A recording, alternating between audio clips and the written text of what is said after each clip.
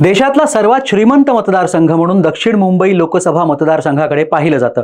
टाटा, बिर्ला, अंबानी, सिंघानिया, दमानी, मित्तल, अदानी नाव घ्याल तो उद्योगपती इथला मतदार आहे। अर्थात त्यातले किती रांगेत उभं राहून मतदान करतात हा विषय अलहिदा। उद्योगपतींची नावं जरी अमराठी असली तरी सुद्धा या लोकसभा मतदारसंघावर एखाद दुसरा अपवाद वगळता मराठी खासदार निवडून येतो। याला कारण आहे या मतदारसंघाची रचना। यंदाही इथं दोन मराठी उमेदवार एकमेकांविरुद्ध संघर्ष करणार आहेत। शिवसेना विरुद्ध शिवसेना असा सामना इथं पाहायला मिळणार आहे। हा मतदारसंघ सध्या ठाकरेंच्या शिवसेनेच्या ताब्यात आहे। आधी हा मतदारसंघ 1984 ते 96 पर्यंत काँग्रेसचा बालेकिल्ला होता। मात्र गेली 2 टर्म शिवसेना भाजप युतीच्या उमेदवाराचं म्हणजेच अरविंद सावंत यांच्या रूपानं इथं वर्चस्व राहिलं। सध्या शिवसेना आणि राष्ट्रवादीचे 2 गट पडल्याने आता या मतदारसंघातून शिंदेंच्या शिवसेनेने यामिनी जाधव यांना सावंतांच्या विरोधात उमेदवारी दिली आहे। त्यामुळे कोण विजयी होणार याकडे सध्या राज्याचं लक्ष लागलंय।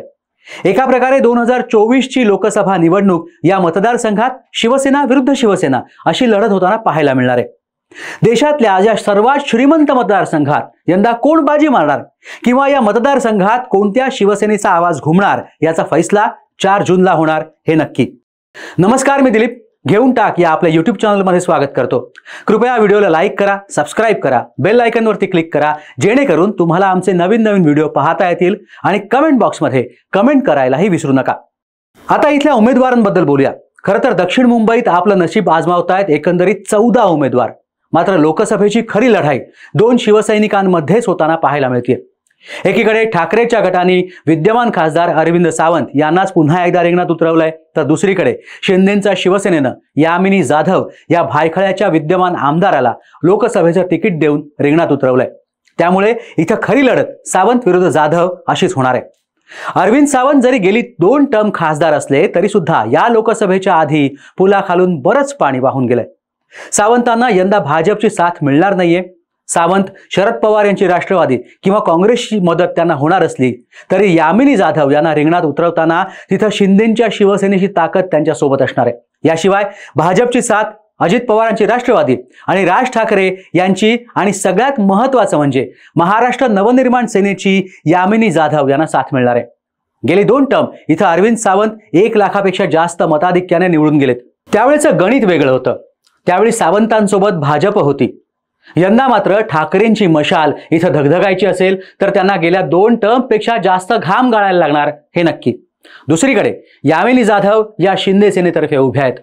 आमदारकीचा अनुभव आणि पती यशवंत जाधव यांचा राजकारणातला अनुभव त्यांच्या काम येणार हे नक्की।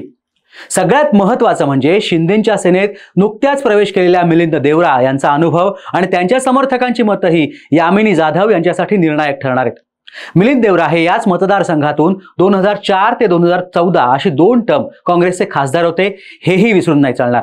अशात या मतदारसंघात नेमक्या कोणत्या पॉकेटमधनं मतं काढायची हे देवरांना चांगलं माहिती आहे। याशिवाय इथं खुद्द मोदी 15 आणि 17 मे रोजी एक रोड शो करणार आहेत। त्याचाही फायदा यामिनी जाधव यांना होऊ शकतो असं बोललं जात आहे।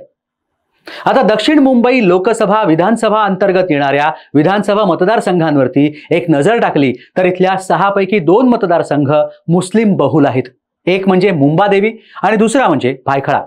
भायखळ्यात स्वतः यामिनी जाधव आमदार असल्याने तिथल्या मतांचं परिवर्तन आपल्याकडे त्या नक्कीच करू शकतात।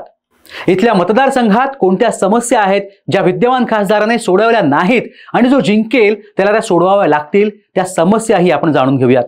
दक्षिण मध्य मुंबईतले महत्त्वाचे मुद्दे पहा। 2019च्या मतदानाची घसरलेली टक्केवारी। या मतदारसंघात जेमतेम 51% इतकं मतदान झालं होतं। वरळी, शिवडी, परळ परिसरातल्या झोपडपट्ट्यांचा प्रश्न ऐरणीवर येणार। 13,000 उपकर प्राप्त इमारतींचं पुनर्वसन, वाहतूक कोंडींच्या त्रासातून रहिवाशांची सुटका करण्यासाठी ठोस उपाययोजना अशा इथल्या समस्या आहेत। एक नजर टाकूया या लोकसभेतल्या विधानसभा मतदारसंघावर। भायखळ्यातून यामिनी जाधव शिंदे गटातून, मलबार हिलला मंगल प्रभात लोढा भाजपकडून, कुलाब्याला राहुल नार्वेकर भाजपकडून, वरळीत ठाकरे गटाकडून आदित्य ठाकरे, शिवडीत ठाकरे गटाकडूनच अजय चौधरी आणि मुंबादेवीतनं काँग्रेसकडून अमीन पटेल हे विद्यमान आमदार आहेत। या लोकसभा मतदारसंघात 3-3 असं विधानसभेचं गणित आहे। त्यामुळे इथली लढत कडवी होणार हे नक्की आहे। मात्र यामिनी जाधव यांना मोदींच्या मुंबईतल्या वातावरण निर्मितीने अप्पर हँड मिळण्याची शक्यता जास्त आहे। मनसेनं महायुतीला लोकसभेसाठी पाठिंबा देऊ केलाय. अशात मनसेचं या लोकसभा मतदारसंघातल्या भायखळा, महालक्ष्मी, सातरस्ता, वरळी, लालबाग, परळ इथं मोठा मतदार वर्ग आहे.